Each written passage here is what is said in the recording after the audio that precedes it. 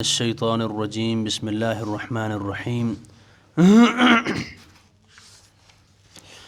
لتبلون فی اموالکم وانفسکم ولتسمعن من الذین اوتوا الکتاب من قبلکم ومن الذین اشرکوا اذى کثیرا وان تصبروا وتتقوا فإن ذلك من عزم الامور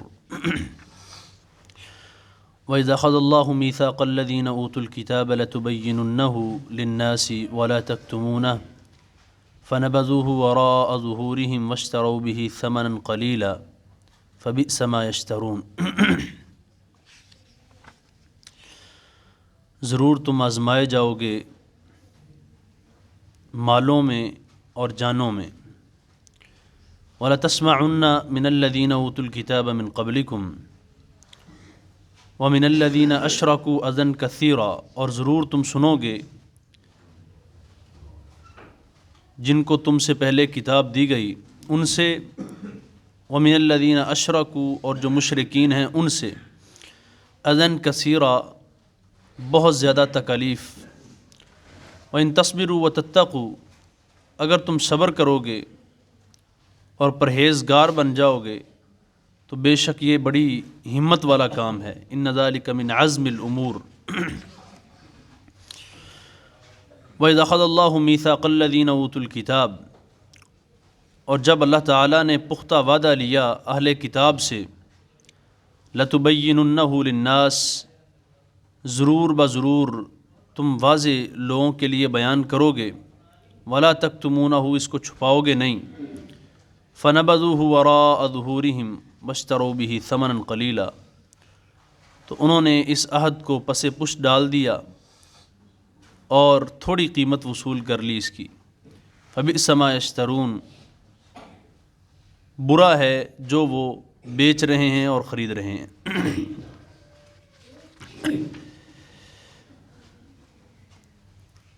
آزمائش جو ہے، لَتُبْلَوُنَّ فِي أَمْوَالِكُمْ وَأَنفُسِكُمْ، ویسے تو ہماری اس پہ پہلے بات ہو چکی ہے۔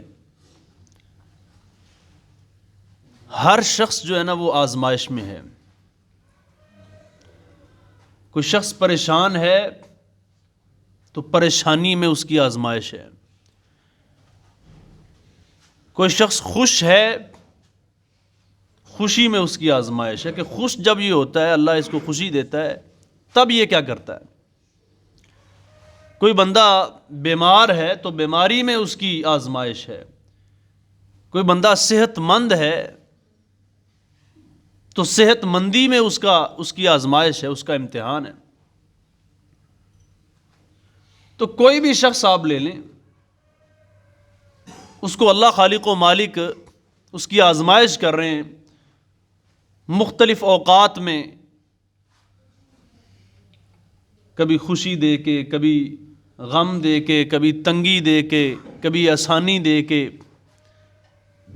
لَتُبْلَوُنَّ فِي أَمْوَالِكُمْ وَأَنفُسِكُمْ، مال زیادہ دے کے، مال کم کر کے، وَأَنفُسِكُمْ، اولاد دے کے بھی اور نہ دے کے بھی۔ ہمارے معاشرے میں آپ کو دونوں طرح کے لوگ مل جائیں گے، وہ لوگ جن کو اللہ خالق و مالک نے اولاد سے نوازا ہے، اور وہ لوگ جن کو اللہ نے اولاد سے نہیں نوازا۔ ایسے بھی لوگ مل جائیں گے جن کو اللہ نے بیٹیاں ہی عطا فرمائی ہیں، ایسے بھی مل جائیں گے اللہ نے صرف بیٹے ہی دیے ہیں، اور ایسے بھی ہوں گے کہ بیٹیاں اور بیٹے اللہ نے دونوں دیے ہیں۔ یہ آزمائش ہے اللہ خالق و مالک کی طرف سے، مال میں اور جان میں۔ آگے فرمایا وَلَا تَسْمَعُنَّ مِنَ الَّذِينَ أُوتُوا الْكِتَابَ مِن قَبْلِكُمْ وَمِنَ الَّذِينَ أَشْرَكُوا أَذًى كَثِيرًا، ضرور تمہیں سننا پڑے گا، ضرور تم سنو گے اہل کتاب سے، جن کو تم سے پہلے کتاب دی گئی ہے ان سے، اور مشرکین سے، اذًا کثیراً، بہت زیادہ تکالیف۔ آپ پہ تانے کسے جائیں گے، آپ پہ طرح طرح کی باتیں ہوں گی۔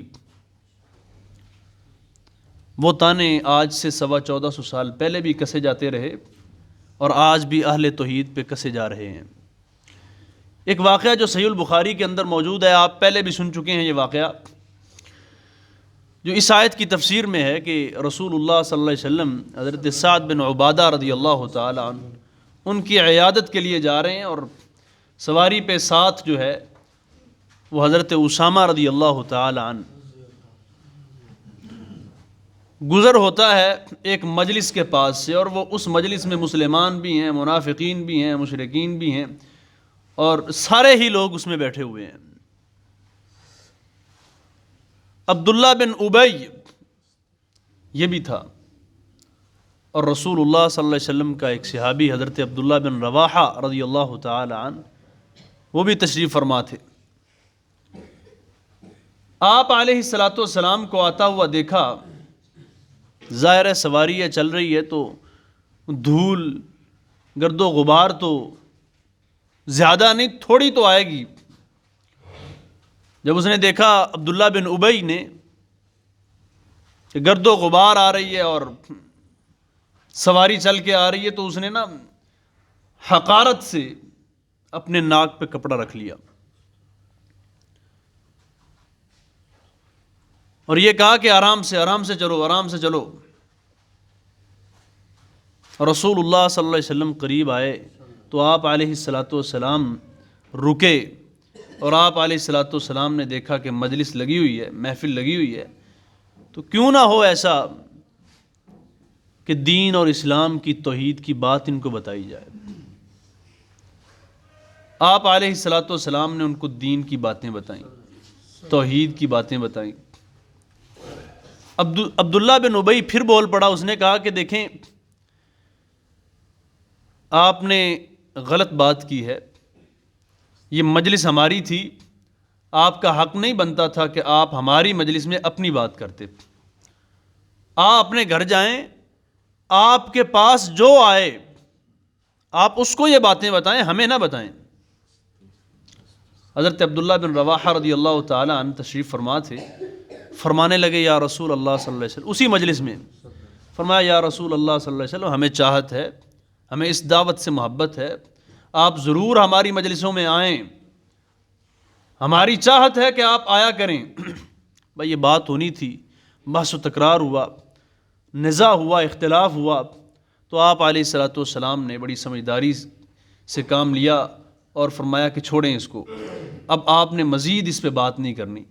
حدیث میں آیا کہ اگر آپ علیہ السلام یہ بات نہ کرتے تو قریب تھا کہ وہ ہاتھوں پائی میں آ جاتے اور ایک دوسرے کا گریبان پکڑتے، مزید بات آگے بڑھتی۔ آپ علیہ الصلاۃ والسلام اس مجلس کے بعد جہاں جا رہے تھے، وہ حضرت سعد بن عبادہ رضی اللہ تعالیٰ ان کی عیادت کے لیے جا رہے تھے، وہاں تشریف لے گئے تو آپ علیہ الصلاۃ والسلام نے ان کو یہ سارا واقعہ سنایا کہ رستے میں یہ ہوا۔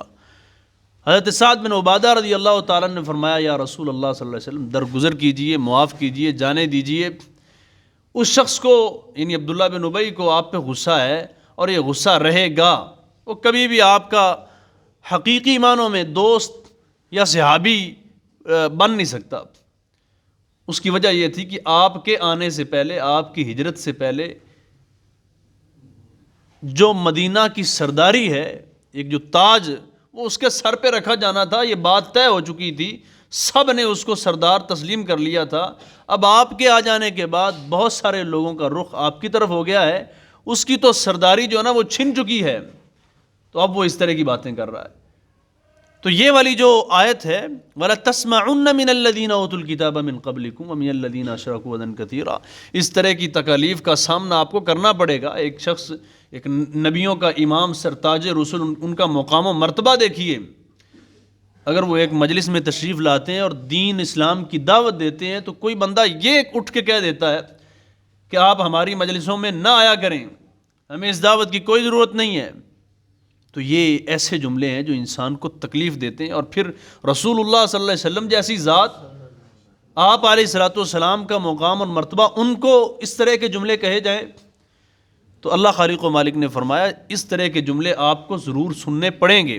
وَلَا تَسْمَعُنَّ مِنَ الَّذِينَ أُوتُوا الْكِتَابَ، ہاں آپ نے کرنا کیا ہے، وَإِن تَصْبِرُوا، آج بھی اس طرح کے جملے کہے جاتے ہیں، اور بہت سارے جملے ہیں۔ ایک آدھ جملہ نہیں، نہ فاتحہ، نہ مر گیا نمرود، نہ فاتحہ نہ درود۔ اب یہ کن کو کہا جاتا ہے؟ اور یہ شلوار جو ٹخنوں سے اوپر رکھی جاتی ہے، تو اس کے لیے کہا جاتا ہے کہ جی یا تو ان کے پاس کپڑا کم تھا، اگر کپڑا کم تھا تو ہم سے لے لیتے، یا پھر پتہ نہیں سیلاب آیا ہوا ہے کہ شلوار کو اوپر۔ حالانکہ یہ سنت رسول ہے، ہم نے کوئی خوشی سے یا اپنی خواہش سے تو نہیں کیا ہوا کہ میری خواہش ہے جی میں شلوار اوپر رکھوں۔ رسول اللہ صلی اللہ علیہ وسلم کی خواہش ہے، آپ کی سنت ہے، آپ کا طریقہ ہے، یہ شریعت آپ کی ہے، تو آپ علیہ السلام نے حکم دیا، ہم اس حکم پہ عمل کر رہے ہیں۔ تو یہ تانے، یہ آوازیں آتی جاتی رہتی ہیں۔ آگے فرمایا وَإِن تَصْبِرُوا وَتَتَّقُوا، اگر تم ان سارے جملوں پہ جو تکلیف دینے والے ہیں صبر کرو گے اور اللہ سے ڈر جاؤ گے، یہ بہت بہتر ہے، لیکن یہ بڑی ہمت والا کام ہے۔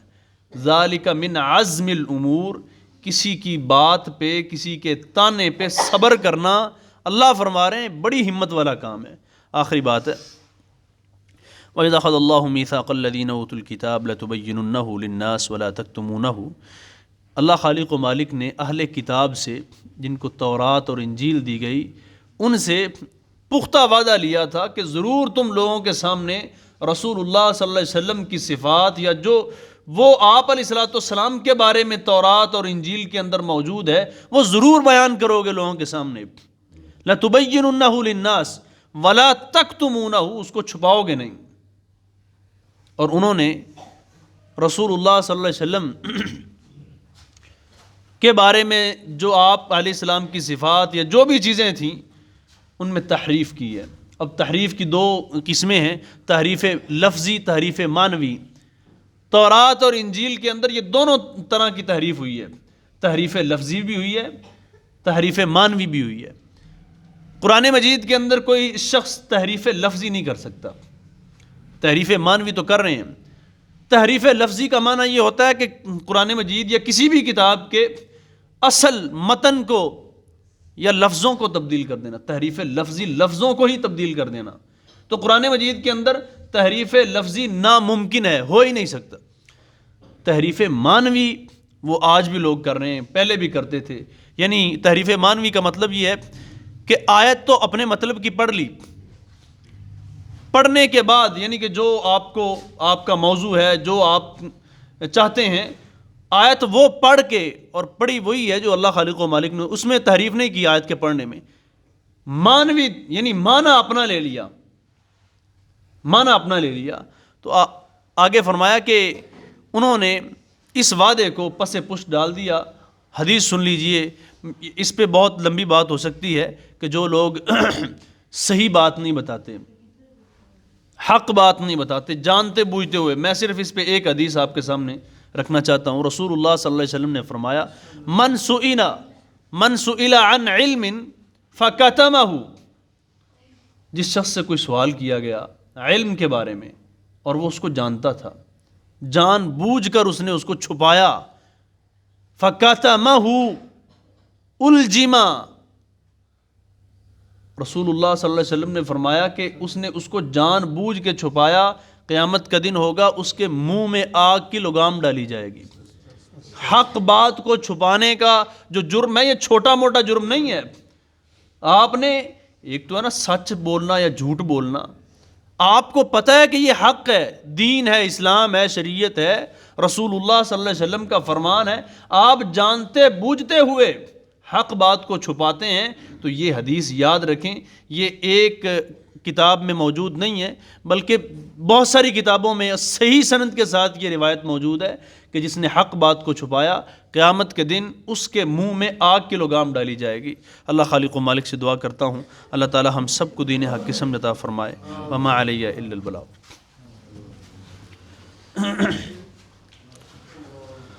اللہ